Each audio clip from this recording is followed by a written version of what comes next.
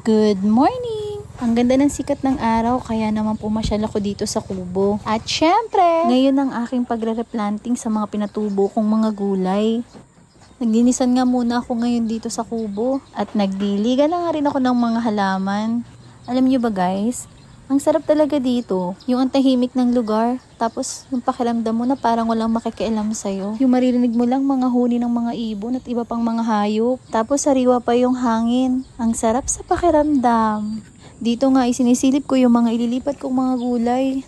Malalaki na yung mga tinanim kong mustasa. Mabilis pa nang tumubo pagka idediretso na sa mismong lagayan ng gulay. Pechay ko ngayon naipunla ko pa. Ilang araw na sa punlahan, naliliit pa rin. Kaya napagdesisyon ko nang ilipat na sa pinakang lagayan. Inisip ko na nga lang baka hindi makalaki kasi nagsisiksikan sila sa punlaan. Hindi ko nga alam kung bakit anong pinagtuturo ko pa dyan. Uy, ining baka ikay manuno pa.